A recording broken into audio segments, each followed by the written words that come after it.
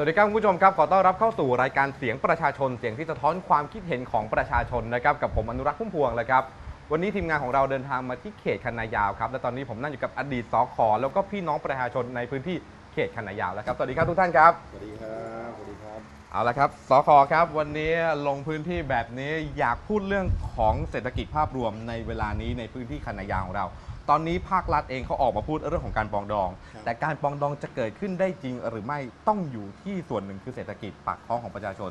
สข.ครับขออนุญาตถามสข.แบบนี้ครับว่าในพื้นที่เขตคันนายาวของเราเศรษฐกิจภาพรวมรวมๆแล้วเป็นยังไงครับแต่ก่อนอื่นเลยแนะนำตัวก่อนนะครับท่านครับครับสวัสดีครับผมสข.ต่อธีรศักดิ์สัญญโชตินะครับอดีตประธานสภาเขตคันนายาวครับครับสข.ครับเป็นยังไงบ้างครับเสียงที่สะท้อนออกมาจากความคิดเห็นของประชาชนในพื้นที่เรื่องปากท้องครับครับก็ต้องเรียนตามตรงนะครับตั้งแต่รัฐบาลของคสช.เข้ามาบริหารประเทศนั้นพวกเราซึ่งเป็นเดิมเป็นสข.แล้วก็ปัจจุบันนั้นก็ถูกให้พักไว้นะครับตามคำสั่งของคสช.ซึ่งในภาพรวมของเศรษฐกิจซึ่งเราไม่ได้เป็นสข.แล้วเราได้รับสะท้อนจากพี่น้องประชาชนในพื้นที่เขตคันนายาวนะครับว่าก็ยังไม่ดีขึ้นพูดกันตรงๆนะครับมันยังไม่ดีขึ้นแล้วก็หลายภาคส่วนก็ยังแย่ลงนะครับแม้กระทั่งคนขับวินมอไซค์พ่อค้าแม่ขายตลาดสดเราไปเดินเราเจอเศรษฐกิจไม่ดีเลยโรงเรียนเปิดเทอมยิ่งช่วงนี้ยิ่งบอกแย่ใหญ่เลยช่วงนี้เปิดเทอมโรงรับจำนำนี่เต็มมะดีมากโรงรับจำนำครับวันนี้ดีมากเพราะว่าคนเอาของไปจำนำเยอะมากนะครับก็ต้องบอกว่าเศรษฐกิจนั้นคือพูดไปเหมือนก็ไปซ้ำเติมกับรัฐบาลชุดนี้นะครับแต่ก็ต้องเรียนกันตามตรงว่ายังไม่ดีขึ้นเลยครับมันสะท้อนจริงๆมันสะท้อนจริงๆด้วยปากท้องของประชาชนล้วงกระเป๋าไปไม่มีตังค์ติดตัวมันดังกุ้งกิ้งมันไม่ใช่แบงค์ไงครับเป็นเหรียญเป็นเหรียญก็ยังดีบางทีมันก็จะไม่มีเหรียญแล้วมันแล้วสิ่งที่จะตามมาผมเรียนด้วยความเคารพว่าสิ่งที่จะตามมาถ้าเศรษฐกิจไม่ดีแล้วรัฐบาลชุดนี้ยังหาทางออกทางแก้ได้ที่ไม่เป็นรูปธรรมไม่ชัดเจนนะครับสิ่งที่จะตามมาน่ากลัวมากคือปัญหาของเรื่องคนที่จะตกงานกลายไปเป็นโจรอาชญากรรมจะเกิดขึ้นวิ่งชิงปล้นยาเสพติดมาแน่ๆซึ่งผมเชื่อว่ามาแน่นอนครับเพราะว่าพอคนตกงานจะไปไหนไม่มีงานทำแล้วคนต่างจังหวัดนี่เราพูดถึงกรุงเทพนะครับในพื้นที่เขตคันนายาวเนี่ยก็มีคนหลากหลายต่างจังหวัดเข้ามาอยากจะมาหวังทำงานนู่นนี่นั่นรับจ้างอะไรต่างๆแต่ว่าพอมันไม่มีให้ทำเศรษฐกิจมันไม่เดินทุกอย่างปิดตัวคนพวกนี้จะไปไหนครับเขาก็ผมเชื่อว่าโดยเฉพาะเป็นกลุ่มคนที่วัย20กว่าขึ้นไปเนี่ยก็ต้องหาไปในทิศทางอย่างที่บอกคือถ้าเงินค่ารถกลับบ้านเขาไม่มีขึ้นมาเนี่ยเขาจะทำยังไงใช่ไหมเขาหิวข้าวขึ้นมาเขาทำถูกครับมันทำให้ประชาชนแย่มากแล้วก็ต้องบอกว่าจะทำยังไงให้สิ่งพวกนี้ที่ประชาชนโหยหาอยากได้ความสุขที่แท้จริงคืนมาอยากได้เศรษฐกิจที่ดีๆเมื่อหลายปีก่อนนั้นกลับมาเนี่ยรัฐบาลชุดนี้จะทำอย่างไรจะแก้ปัญหาอย่างไรนะครับก็ต้องฝากท่านประยุทธ์ด้วยครับท่านนายกรัฐมนตรีประยุทธ์ด้วยครับว่าท่านจะดำเนินการอย่างไรครับแก้ไขปัญหาให้พวกเราเร็วๆหน่อยครับผมอีกหนึ่งท่านครับผมรบกวนถือไมค์หน่อยครับท่านครับแนะนำตัวก่อนเลยครับท่านครับสวัสดีค่ะยุพดีศรีประสานนะคะอดีตสมาชิกสภาเขตที่คันนายาวก็คือ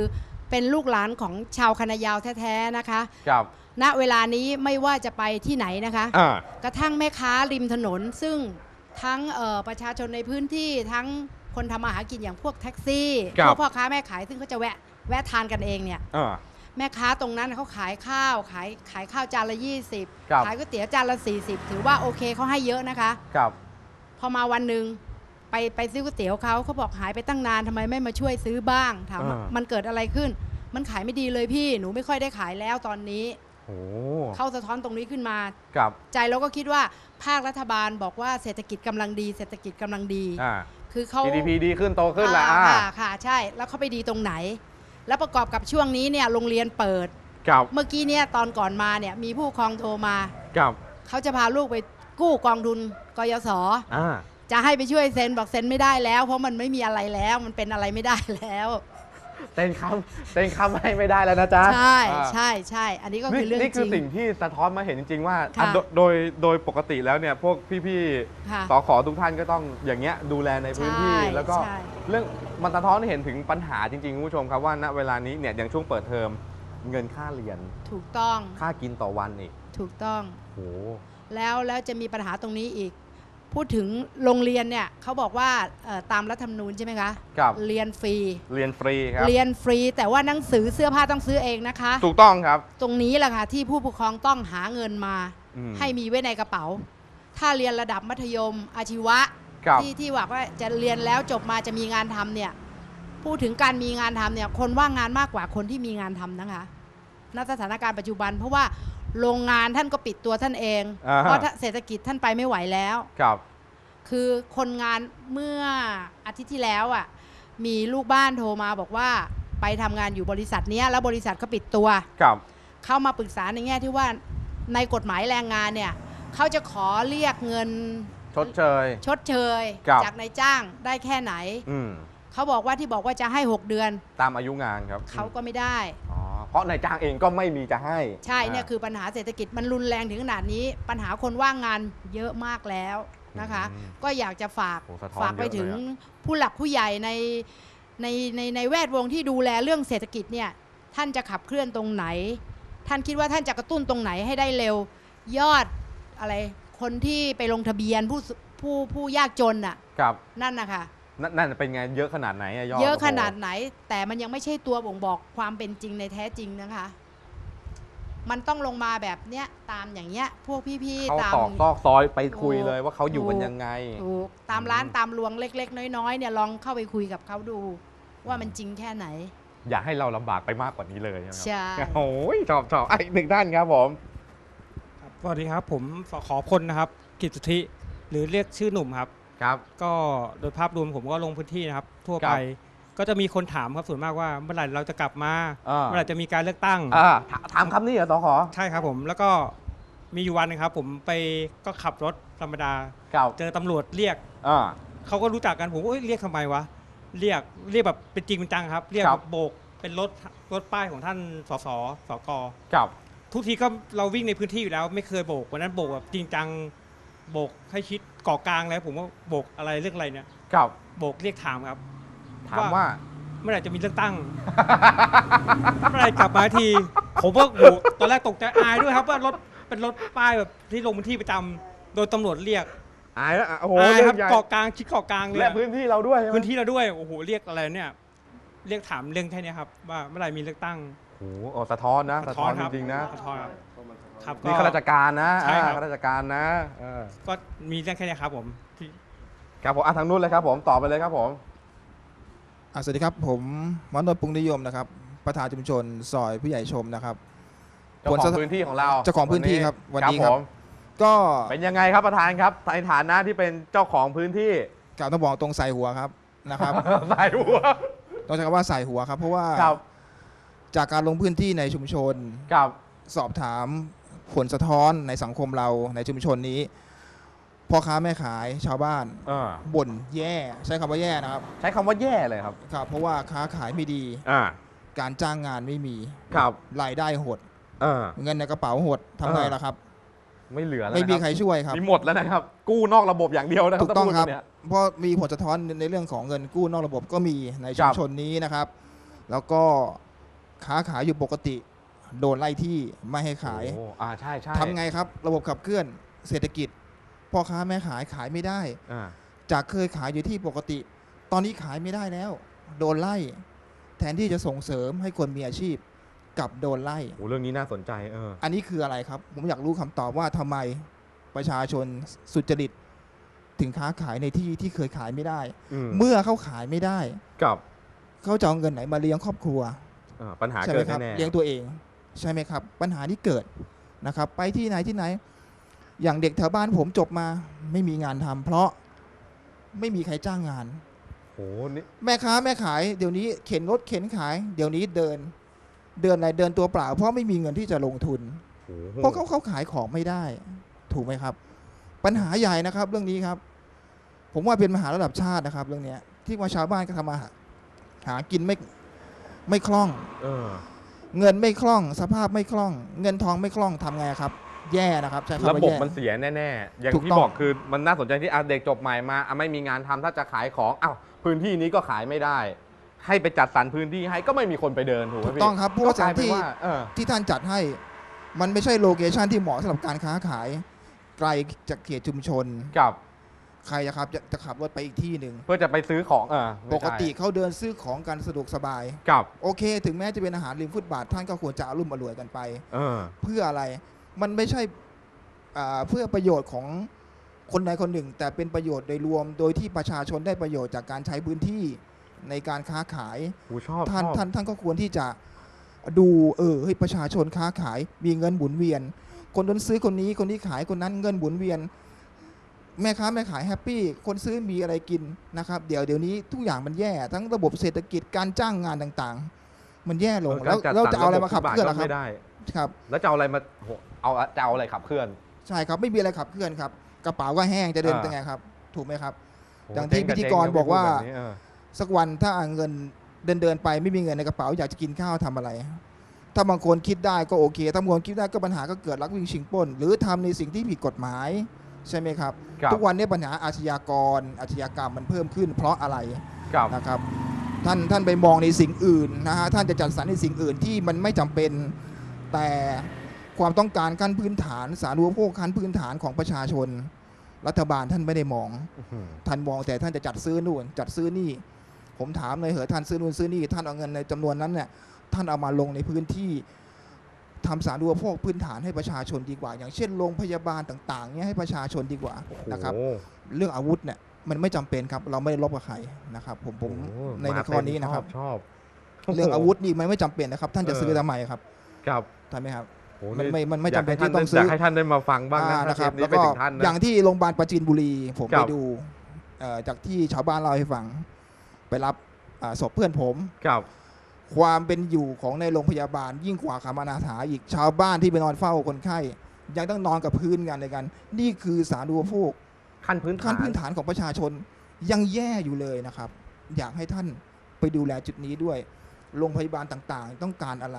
นะครับ ในพื้นที่ ใน ในชุมชน พื้นที่ ต้องการอะไร ใช่ครับไม่ใช่ในเฉพาะในเขตกรุงเทพมหานครทั่วๆไปทั้งในชนบททั้งต่างจังหวัด ทุกอย่างยังไม่ดีขึ้นเลยนะครับแต่สิ่งต่างๆที่ท่านจะจัดสรรนู่นสัตว์ซื้อนี่ผมดูแล้วท่านเอาเงินตัวนั้นเนี่ยมาช่วยประชาชนจะดีกว่าครับ โอ้โห ตอบได้ดีครับขอบพระคุณครับอีกหนึ่งท่านครับผม ขอบคุณ จ้า ค่ะแม่ค้าขายกาแฟค่ะ นี่ ขายมา 6 ปีแล้วค่ะ เป็นยังไงบ้างจ๊ะปีที่ เมื่อก่อน 4 ปีที่แล้วดีค่ะ 2 ปีมานี่แย่มาก 6แย่ถึงขนาดแบบว่า วันหนึ่งออกไม่กี่ถุงกี่แก้วมีไหมจ๊ะน้อ เมื่ ย อก่อนขายยอดประมาณเกือบ 2,000เดี๋ยวนี้เหลือ 7-800 ฮะโอ้หายไปเกินค จ รึ่ง ริ นะ ง ครับ ๆนี่คือความ ณพี่ จริงค่ะ นี่ความจริงเลย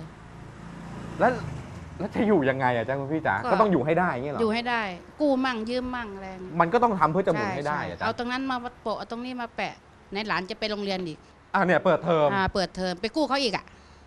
ซึ่งมันทำอะไรไม่ได้ ทำอะไรไม่ได้ต้องกู้อย่างเดียว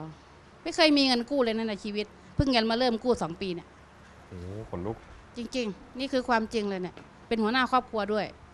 เลี้ยงทั้งสามีเลี้ยงทั้งหลาน ครับ ลูกเขาก็มีครอบครัวเขาก็เลี้ยงชีวิตครอบครัวของเขา เราก็เลี้ยงชีวิตครอบครัวของเรา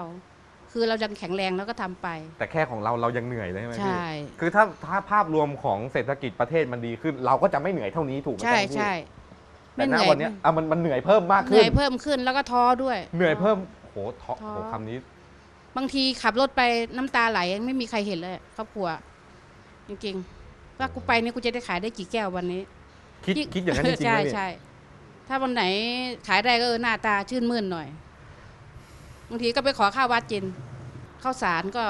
ได้บางทีก็ได้แกงมาบางทีก็ได้ของก็มาแจกชุมชนแหละคนที่แย่กับฉันก็มีเลี้ยงคนแก่เลี้ยงคนแก่ไว้คนหนึ่งอายุ89 จ้ะ ลูกไม่มาดูแลฉันก็เลี้ยงมาหลายปีแล้ว ก็เราก็ทำของเรา ไม่ได้เป็นญาติกันเลย แต่ก็เลี้ยง ก็ต้องอดทนและสู้ อ ไป ด อ ท ย่าง น นี้คุณ สู้ พี่ บางทีไม่มีข้าวมาจากวัด ก็ต้องแบ่งเงินให้เขา50 100 เอาไปกินนะ เอาไปกินหน้ายายตาช่วยกัน ยกมือไหว้บอกไม่ต้องไหว้หนูหรอกหนูว่าอย่างเงี้ยไม่ต้องไหว้ก็เอามาให้กินอย่างเงี้ยหลายปีละแต่ต่อไปก็ไม่รู้จะเป็นยังไงถ้าเป็นอย่างนี้เลี้ยงตัวเองยังกินเลี้ยงไม่รอดเลยไหนจะครอบครัวตัวเองอีก แต่บุญก็เราก็อยากช่วยเหลือคนเราก็อยากช่วย เขามานั่งรอแล้วนะ กับเวลาฉันมาเนี่ยเขาจะมานั่งรอแล้วมานั่งรอข้าวกินคิดดูสิแล้วเราจะไม่สู้ได้ยังไงแล้วก็ต้องสู้เพื่อคนที่รอเราอยู่ ยังไงมันก็ต้องสู้ต่อไปถูกไหมจ๊ะ อยากให้คนที่พอจะช่วยเหลือเราได้ก็มาช่วยเหลือเราบ้าง อ่า นิดๆหน่อยๆก็ยังดี ใช่ไหมในพื้นที่ ใช่ นะลงมาดูเราบ้างนะ ใช่ดิ้นรนจนสุดๆแล้ว ใช่ดิ้นรนกันสุดๆแล้ว สุดๆแล้ว โอ้ชอบคำนี้เป็นกำลังใจให้ครับพี่ครับ เราไม่กินการพนันไม่เล่นสู้อย่างเดียว แต่มันเหลือเนาะ ไม่เอา เงินมันเหลือ ใช่ น้อยนี่ขายได้700-800นี่ยังไม่รวมหัก ไม่ ทุนนะ ไม่รวมค่าเหรียญเป็นเงินก็วัน200ละค่ารถค่ากิน น้ำแข็ 200ละ กอะ ใช่ หมด ไหนจะให้สามีที่ทำกินไม่ได้วันละ100ต้องให้เขาเพราะต้องซื้อไข่ซื้ออะไรมาทอดกินเองอะไรอย่างเงี้ยก็พอเลี้ยงกันไปได้ ก็ต้องอดทนกับเศรษฐกิจ อดทน แบบนี้ จ้ะ แต่อย่าให้อดทนนานใช่ไหมพี่ มันท้อแล้ว มันท้อใช่ไหม ท้อจริง เนอะเออ ๆ เหนื่อยทั้งกายทั้งใจ อยากให้คนที่ช่วยเหลือเราได้มาช่วยเหลือเราบ้าง ลงมาดูเราสักนิดหนึ่ง ใช่ ถ้าเป็นอย่างเมื่อก่อนจะไม่ขอร้องเลย เป็นอย่างเมื่อก่อนจะไม่ขอร้องเลยใช่ไหม ใช่ จะไม่ท้อเท่านี้นะพี่ ใช่ เป็นกำลังใจให้ครับ จ้ะ สู้ๆไหมครับท่านต่อไปเลยครับผม สวัสดีค่ะ สวัสดี หนูชื่อ จ้า อุดมจากจินดาบำรุงนะคะ จ้า เขตคันนายาว จ้า อยากเรียนถึงท่านนายกนะคะ อยากให้มีการเลือกตั้งสักที เศรษฐกิจมันแย่นะคะ จ้า แต่ก่อนชุมชนหนูรู้สึกว่ามันถนนพังอะไรพังมีสกสขช่วยมาดูแล เดี๋ยวนี้สะพานหักเขตก็ประสานไปก็เท่านั้นนะคะเอาไม้ จ้ะ มาตอกๆให้ อ่า ไม่เหมือนมีสสสกสขนะคะ จ้า แต่ก่อนไม่ว่าน้ำจะแตกไฟจะดับ จ้า สอขอนาทีเดียวถึงเลยค่ะ ทุกท่าน ไม่เหมือนกัน ไม่เหมือนกันค่ะ จ้าคนละประเด็นอันนี้ประเด็นเศรษฐกิจจ้าคุณพี่คนละประเด็นนะจ้าใจ อ เย็ ยาน ก นะ อยา จ้าก พูดอะอยากพูด เดี๋ยวมีให้พูดแต่ โมโห อีกทีโมโหใช่ไหมมีให้พูดแต่อีกช่วงห เศร นึ ษฐ ง กิจมันแย่ เศรษฐกิจมันแย่ ขนาด อ่ วิ่งมอเตอร์ไซค์รับจ้างเคยได้ 3-400 นะคะ จ้ะ วันหนึ่ง ตอนนี้ละจ้า 300ยังหายากค่ะ เพราะคนไม่มีเงินขึ้นรถมอเตอร์ไซค์ใช่ไหม คนเดินนะจ๊ะ นิดๆหน่อยๆก็เดินแต่ก่อนนิดๆหน่อยๆประมาณ 5-6 ปีที่ผ่านมานะคะ กวักมือ10 บาทก็จ่าย ใช่10 บาทไปถึง 2-3 ก้าวเขาก็ขึ้นแล้วค่ะ แต่ตอนเนี้ย เดี๋ยว นะ นี้นะคะจากกิโล7กิโล8บางท่านก็เดินค่ะ เพราะว่าไม่มีเงินค่ารถ20 เดี๋ยวนี้ บาท 10 บาทก็กำกันแน่นเลยนะ ใช่ ฝนตก 10 บาทกูก็เดิน เศรษฐกิจ อย่าง แต่ เงี้ย ก่อนนี้มันดีนะคะ เดินตามถนนยังเจอแบงค์ค่ะ เดี๋ยวนี้เหรียญบาทยังหาไม่เจอนะคะ อู้ยากครับเหรียญ ค่ะ บาทแม่ชอบ เศร ช ษฐ อบ กิจเดี๋ยวนี้แย่มากค่ะ เมื่อไหร่จะมีการเลือกตั้งมันจะได้ดีขึ้น นี่ ใช่ถ้ สุดท้ายมันก็ เลือตั้ง ยึดโยงไปสู่การเลือกตั้งอยู่ดี ใช่ ถ้ามีการเลือกตั้งทุกอย่างมันน่าจะดีขึ้นใช่ไหม มันน่าจะดีขึ้น เศรษฐกิจ เพราะ มัน ว่า น่าจะ ป ดี ก ขึ้ ติ น ที่ผ่านๆมารู้สึกมันดีนะคะ ประชาชนอุ่นใจ พอยิ้มได้บ้าง ใช่ อ่า เดี๋ยวนี้เดินไปไหนก็หน้าแห้งกันทั้งนั้นนะคะ มันแย่จริง ๆ ค่ะ เศรษฐกิจมันแย่ หน้าแห้งนะ ใช่ เคยได้เดือนละ4-5 พันอย่างนี้บางคนเหลือ2-3 พันเอาอะไรกินอ่ะ แต่ไม่ทำก็ไม่ได้ ไม่ทำก็ต้องทำเพราะไม่ทำไม่รู้จะไป แต่ กิน ติด ที่ ลบ ไหน ทุกเดือนนะคุณพี่ ใช่ มันแย่ค่ะ มันแย่ จริง ได้ครับโอเคครับคุณพี่ครับ ครับ เห็นไหมค ผ รับ มวิเชียนครับ ไม่เห็นเลยครับ ไม่เห็นหน้ารอๆได้เลยครับ ผ นั่น ม แหละครับ ขับวินอยู่ที่หมู่บ้านนี่แหละครับ เป็นยังไงบ้างครับตอนนี้ โอ้โหแย่ครับ แย่เอาลูกบ้านช่วยกันนั่งด้วยนะ อย่าลืมล่ะ แย่ทุกวันก็เคยได้300-400เดี๋ยวนี้ไม่ได้แล้ว200-300ก็ 150ก็เหนื่ แย่ อย แล้ แล้ว ว200นี่เต็มที่แล้วครับ โอ้โห แย่มาก แต่มันก็ต้องทำใช่ไหม แต่ก็ต้อง คุณพี่ ทำครับทำไงได้อะมันต้องทำไม่ทำจะไปเอาตรงไหนมากิน แปล ทุ ว่าก วันนี้ แล้วกับข้าวมันก็แพงขึ้น ก็แพงขึ้นครับ ทุกอย่างถุงกับข้าวก็แพงทุกอย่างครับ มันก็ต้องกินต้อง ก็ ใช้ ต้อง เหมือ กิน นเดิ ต้อ ม งใช้ครับต้องทำต้องทุกสิ่งทุกอย่างต้องทำหมด แต่เศรษฐกิจแบบนี้มันก็ไม่ไหว ก็นี่แหละครับทำยังไงได้อะก็ต้องทำฮะ อดทนกันไปใช่ไหม ครับ ก็อยากจะให้มาดูแลกันมั่งนะ มีอะไรก็เนาะมาช่วยกัน มาช่วยพวกเราบ้าง ครับ นะ มาช่วยพวกเรามั่ง เนี่ยต้องมาตอกซอกซอยแบบเนี้ยต้องเข้าถึงชุมชนเข้าถึง ครับ หมู่บ้าน ครับ ได้ครับผม ครับ ท่านต่อไปแล้วครับผม ครับสวัสดีครับผมสัญญาหอมเกษรครับรองประธานชุมชนครับผม ครับผมท่านรองครับ จากรองพื้นที่ฮะลงพื้นที่กับประธานฮะ ครับ มีแต่ลูกบ้านสายหน้าสายหัวตลอดเลย โอ้โห แย่สุดๆนะฮะแล้วผมก็วิ่งวินด้วยก็แย่ฮะเช้าออกมาตี 5บางทีได้ 7-8 โมงก็ได้200แล้วฮะแต่นี้ไม่ได้เลย ได้100นี่เที่ยงได้200แล้วคิดดูนะฮะกับข้าวเย็นไหนจะแฟร์ไหนจะลูกรายจ่ายเยอะมากฮะลงมาช่วยกันดีกว่าครับ ลงมานี่ฮะขอบคุณครับ ครับชัดเจน สวัสดีครับ สวัสดีครับ ใน ผม นามต่อสกอร์เปียน หรือว่าสตันแมนเมืองไทยนะครับ ครับ แต่ผมมาอยู่ซอยนี้ซอยพี่ใหญ่ชมนี่ก็ตั้งแต่ปี 49 ครับ ตอนผมเห็นระบบตอนที่ก่อนปี 49 ผมอยู่โคกเบาสาว ครับ ทำงานทำอะไรเงินเนี่ยผมสะพัดมาก อ่า ทำงานคอนเสิร์ตครั้งหนึ่งผมได้อย่างน้อยๆ100,000-200,000 ครับ พอมายุคหลังๆเนี่ยจาก100,000-200,000 20,000ยังไม่ถึงเลย ทำที่งานเหมือนกันงานเหมือนกันเนี่ย งานเหมือนกันครับทั้งงานเหมือนกัน ครับ และอีกอย่างหนึ่งเนี่ยอย่างผมวิ่งออกมาเดินมาเนี่ยอย่างเจอบอมเนี่ยเป็นประธาน ครับ ผมก็ไม่ได้เป็นคนในพื้นที่จริง ครับ ๆ แต่มีเหตุการณ์อะไรเนี่ยผมจะช่วยบอมตลอดอย่างลอกคลองลอกอะไรเนี่ยผมก็คือหนึ่งต้องให้น้ำผ่านให้ดี คือเพื่อไม่ให้ว่าคนที่อยู่ติดๆเนี่ยน้ำท่วมน้ำอะไร ครับ อย่างปีน้ำท่วมผมก็ช่วยบอม อ่า แต่ถึงเนี่ยว่าเศรษฐกิจตอนเนี้ยทำไมมันลดลงทำไมไม่เพิ่มขึ้นเหมือนก่อน ครับ อย่างสมัยก่อนมีสสพลภูมิ ครับ สขต่อเงี้ย ครับ ยาดาเงี้ยมาเงี้ยก็ยังช่วยเหลือมีอะไรได้หมด อย่างเลือกตั้งอะไรเนี้ย ครับ แต่ผมถามว่าทำไมมันยุบทำไม เรื่องเลือกตั้งเนี่ยยุบไปทำไม ครับยังไม่พร้อมครับคุณพี่ครับเขายังไม่พร้อมค มั รับ นไม่พร้อมอะไร เขาบอกว่าเขายังไม่พร้อมครับผม นี่จะพูดดีไหมนี่ ใจเย็นใจเย็นนะครับผมเอาง่ายๆว่า ครับ แต่ได้ข่าวแว่วๆ61อ่ะ ครับ น่าจะมา น่าจะมาครับ น่าจะ ก็ มา ขอให้ นะ มาเร็วๆหน่อยครับ ขอให้มาถึงเลยเถอะ ขอให้มาถึงเถอะใช่ไหมครับ แต่ตอนเนี้ย ครับ ขอให้ลุล่วงงานพ่อไปก่อนดีกว่า ได้ แล้ว ครับ ตอนนั้นเราค่อยคิดกันอีกทีหนึ่ง อืม เศรษฐกิจคือเรื่องแรงงานไทยเหมือนกัน ครับ คนไทยไปสมัครงาน ค่าแรงเท่านั้นเท่านี้ไม่เอา ครับ แต่ว่าต่างด้าวมาทำไมเอา อืม และคนที่มาขายของขายอะไรถ้าไม่ขายเนี่ยเศรษฐกิจจับอะไรจับเนี่ย ถ้าเกิดเขาเป็นโจรขึ้นมาก็เพราะอะไร ปากท้องเขา ครับ ก็ต้องขายแบบที่ต่อพูดเหมือนกัน อย่างที่บอมพูดเหมือนกันประธานพูดเหมือนกัน ครับ เรื่องที่ทางเนี่ยทำไมผ่อนผันให้เขาขายไม่ได้เหรอ เออ อย่างวินมอเตอร์ไซค์ป้ายเหลืองไม่ได้ป้ายขาวถูกจับ อ่า แล้วเขาทำหมากินเช้าก็ไปทำงาน เออ เย็นก็เพื่อจะหาเงินเข้ามาซื้อข้าวให้บ้าน ครับ คือเป็นป้ายขาวเขาไม่ได้วิ่งทั้งวัน เออ ทำไมต้องจับเขา อย่างเงี้ย โหน่าสนใจประเด็นพวกนี้น่าเอามา น่าช่วยเขา ถกกัน ไม่ใช่ว่าเขาไม่ได้เช้าเขามาวิ่งทั้งเช้าที่ไหนป้ายขาวเขาจะทำงานกลับมา ครับ แล้วก็เที่ยววินมาใส่เพื่อหากับข้าวเข้าบ้าน อืม แต่ไปจับเขาอีก อย่างเงี้ยผมก็เลยไม่ได้วิ่งมอเตอร์ไซค์ไงเพราะผมขับมอเตอร์ไซค์ไม่เป็นแค่นี้ครับ ขอบพระคุณครับท่านไหนจะพูดอีกไหมครับ ท่านไหนครับไม่พูดข้ามไปเลยครับ ได้ครับเชิญเลยครับยืนเลยครับผม สวัสดีค่ะ สวัสดีครับ ชื่อกิตติมานะคะ ชื่อเล่นชื่อไข่หวานนะคะ ครับ คือว่าเศรษฐกิจแย่มากค่ะ ไปสมัครงานที่ไหนตอนนี้ก็ยังไม่รับเลยค่ะ รอเรียกอยู่ค่ะ ประมาณ 2-3 เดือนได้แล้วค่ะ เพิ่งจบอย่างนี้ยครับ จบมาตั้งนานแล้วค่ะ แต่ว่าแบบช่วงนั้นมีงานแต่ว่า อ๋อ อันนี้ลาออกมาแล้วก็จะไปสมัคร แล้วก็ อี ลุยสมัครใหม่ ใช่ค่ะ แปลว่ามันสะท้อนจริง ๆ ใช่ไหมครับถึง ใช่ค่ะ ถึงปกติไม่งั้น ก็ จะใช้เวลานิดเดียวนะเขาก็จะ ใช่ เรียก ค่ะ เราสัมภาษณ์แล้ว ใช่ ก็ตอนนี้ก็ยากหน่อยนึงค่ะ เพราะว่าเขารับแต่แบบพวกแรงงานนะคะ ใช่ค่ะ ก็เลยไม่รู้จะทำไงก็ต้องรอต่อไป ก็ต้องยื่นให้เยอะขึ้นถูกไหมครับ ใช่ค่ะ ก็ คือ ไป ลายเป็น ไป ว่า หลายที่เหมือนกัน แล้วก็เอ่อเวลาออกไปตลาดอย่างเงี้ยค่ะ400-500ก็ไม่เห็นอะไรแล้ว ใช่ครั้งหนึ่งแบบคือซื้อของมาแบบ400-500ไม่พอ ใช่ค่ะก็ของแพงค่ะ เมื่อก่อนเราอาจจะต้องเมื่อก่อนโอกาสอาจจะวิ่งหาเราบ้างแต่ณวันนี้เราต้องวิ่งหาโอกาสตลอด ถูก ทุกอย่าง ค่ะ คือ ใช่ มัน ค่ะ สะท้อนอย่างนี้เลยนะ ใช่ค่ะ ก็คนว่างงานก็เยอะค่ะ แล้วก็มีพวกแบบนักศึกษาจบใหม่ก็เหมือน เพื่อนๆ แข่งขัน บ่นกัน กันเยอะ บ้างไหมครับ อะไรนะคะ เพื่อนบ่นกันบ้างไหมครับ มีค่ะ มีหลายคนใช่ค่ะ โอ้โหคุณผู้ชมดูดิครับ ว่าเนี่ยดูสิจบมา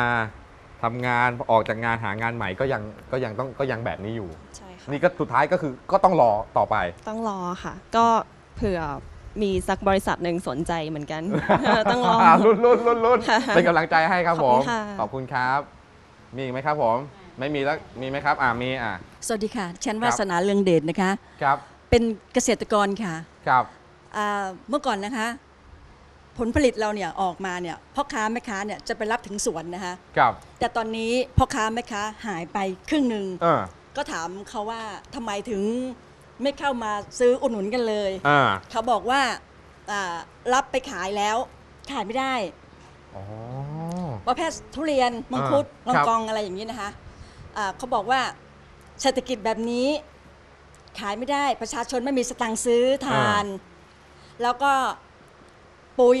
ยาฆ่าแมลงทุกอย่างแพงหมด แย่มากๆเลยค่ะ ครับกลายเป็นว่าคนเป็นเจ้าของสวนทำสวนออกมาคนมารับซื้อก็ไม่มีค่ะผลผลิตออกมานี่ขายไม่ได้ เพราะว่าพ่อค้าแม่ค้าคนกลางเนี่ยเขามารับเราแล้วเขาเอามาขายไม่รู้จะขายที่ไหนใช่ค่ะเขาบอกขายไม่ได้เพราะว่าประชาชนเนี่ยไม่มีเงินจะซื้อทานนะคะแล้วก็ปุ๋ยยาทุกอย่างแพงหมดแล้วก็แย่มากๆเอาว่าแย่ดีกว่าค่ะไม่ใช่ว่าประชาชนน่ะจะเขาขี้เกียจหรือว่าจะทำจนนะฮะคือว่าพวกท่านทำเขาจนค่ะไม่ใช่เขาขี้เกียจแล้วจนโอ้โหชอบแม่จบได้ดีครับท่านทำให้พวกเขาจนทำไม่ใช่ว่าเขาขี้เกียจแล้วทำจนครับฉันคิดว่าพวกรัฐบาลชุดนี้ค่ะที่ทำให้พวกเขาจนใจเย็นๆนะเจ้าคุณพี่จ๋าอันนี้พูดจากจริงๆนะคะเดี๋ยวจะไปกันหมดนะจ้าคุณพี่มันเรื่องจริงนะคะนี่พูดเรื่องจริงนะคะเราโอเคนะคะโอเคครับดีครับผมกลับมาที่สขครับโดยสรุปภาพรวมทั้งหมดเรื่องของเศรษฐกิจไม่ว่าจะเป็นในพื้นที่และภาพรวมของประเทศครับแทบสำหรับที่เราฟังมาแทบจะย่ำแย่ใช่ครับก็อย่างที่ได้ฟังแล้วครับคงจะไม่มีอะไรที่จะบรรยายได้ดีเท่ากับประชาชนที่ตาดำๆเนี่ยหลากหลายอาชีพเนี่ยสะท้อนให้พี่น้องประชาชนที่ได้ดูอยู่เนี่ยว่ามันเป็นอย่างไรผมไม่ได้มาซ้ำเติมรัฐบาลหรือว่าอะไรผมกำลังพูดความจริงว่ารัฐบาลควรจะเร่งแก้ไขหรือหาแนวทางในการพัฒนาเศรษฐกิจให้ดียิ่งขึ้นไป GDP โตอะไรต่างๆดูดีหมดทุกอย่างแต่วันนี้หนังสือพิมพ์ฉบับหนึ่งลงว่าประชาชนที่ไปลงทะเบียนยากจน12 ล้านคนครับ12 ล้านคนนี่ผมกำลังจะบอกว่ามันก็เป็นตัวเลขหนึ่งที่ผมเชื่อว่ารัฐบาลหรือว่าคณะหน่วยงานของรัฐคงไม่ได้ทำกันหมดทุกที่ถ้าลึกลงเข้าไปทุกที่ทุกหย่อมยากเนี่ยผมเชื่อว่าประชากรคนจนมหาศาลมากประเทศไทยตัวเลขสูงกว่านี้แน่นอนครับเพราะฉะนั้นรัฐจะทำอย่างไรแก้ไขปัญหาอย่างไรให้ถูกจุดให้ตรงจุดมากที่สุดเพราะไม่เช่นนั้นแล้วเศรษฐกิจไม่ดีก็อย่างที่ย้ำไปอีกทีว่าปัญหายาเสพติดปัญหาอาชญากรอาชญากรรมมันจะฟ่อนเฟะมากกว่านี้นะครับและเกิดขึ้นแน่ๆในเร็ววันนี้ด้วยซึ่งวันนี้ก็เกิดขึ้นหลายเรื่องหลายคดีแล้วที่เราได้เห็นในโลกโซเชียลต่างๆเพราะฉะนั้นก็ฝากถึงรัฐบาลละครับช่วยด้วยครับชัดเจนนะครับคุณผู้ชมครับนี่แหละครับปัญหาปากท้องปัญหาเศรษฐกิจนะครับกับพวกเขาเหล่านี้ในพื้นที่เขตคณะยาวนะครับพรุ่งนี้คุณผู้ชมครับก็ยังคงอยู่กับพี่น้องในพื้นที่เหมือนเดิมนะครับแต่คงหนีไม่พ้นเรื่องของผู้แทนครับผู้แทนที่ขาดหายไปพวกเขาจะรู้สึกยังไงแต่ว่าวันนี้ต้องขอบพระคุณทุกท่านนะครับแล้วก็ลากันไปตรงนี้เลยขอบพระคุณเหลือเกินครับลาพร้อมกันตรงนี้เลยครับทุกท่านครับสวัสดีครับ